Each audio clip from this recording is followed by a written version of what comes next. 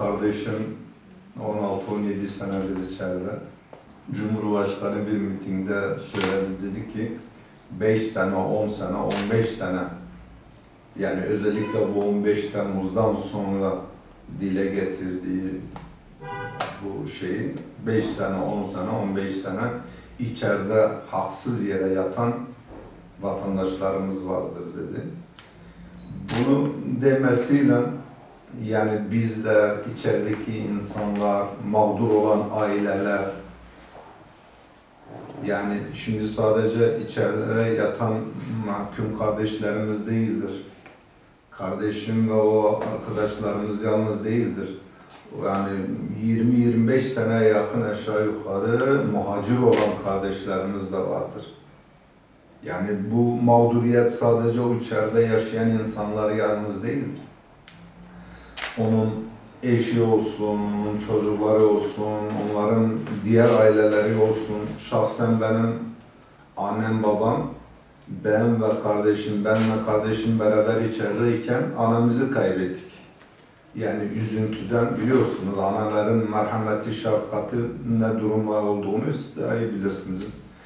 Annenin şefkatinden, merhametinden dolayı üzüntüden felç geçirdi. Bir süre sonra ben kardeşimle beraber içerideyken vefat etti.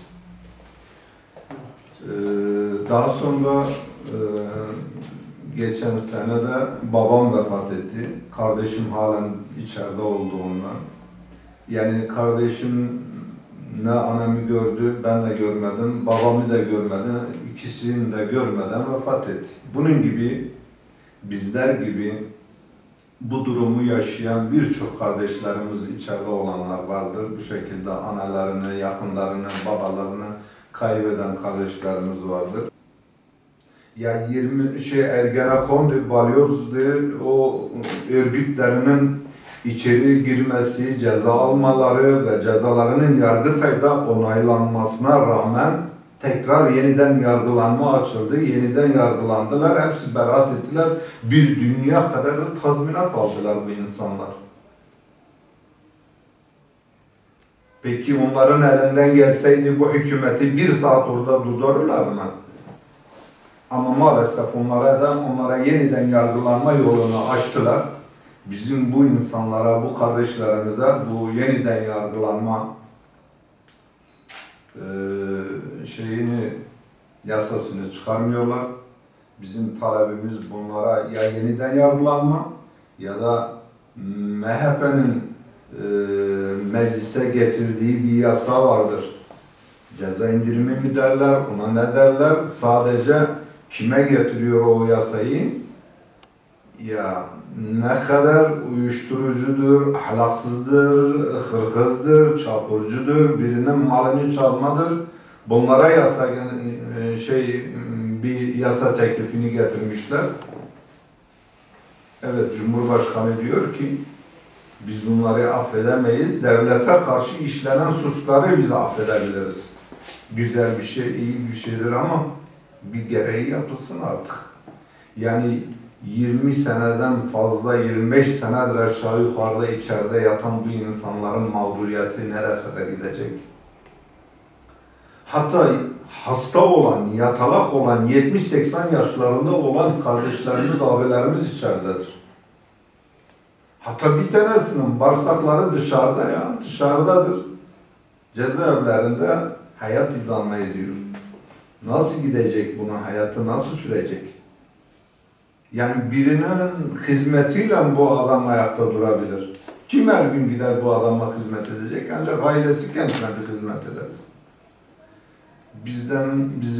Bizim sizden bir isteğimiz, israrımız, bu sesimizi mümkünse birilerine ulaştırmaya, yazmaya çalışın. İnşallah bunun karşılığını siz de bulursunuz. Çünkü mazlumiyet yaşanmış, bu mağdur ailelerinin sesi olun. İnşallah siz de bunun karşılığını bulursunuz. Bizi tekrar kabul ettiğiniz için teşekkür ederiz. Sağ olun. Hem sizlere hem içerideki mahkumlara, tüm yakınlara biz de geçmiş olsun diyoruz.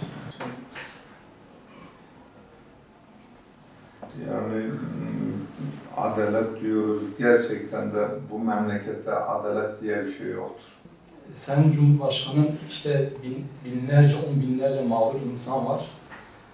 Hatta 5 yıl, 10 yıl, 15 yıl cezaevinde çürüyen insanlar var.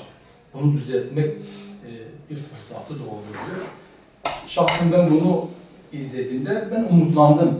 Dedim en azından binlerce insan tabii hangi fikirde olursa olsun kim mağduriyete uğramışsa bu mağduriyetin giderilmesi lazım. Diğer taraftan hepimiz biliyoruz Balyoz ve Ergenekon davalarında rütbeli askerler kimisine müebbet verildi.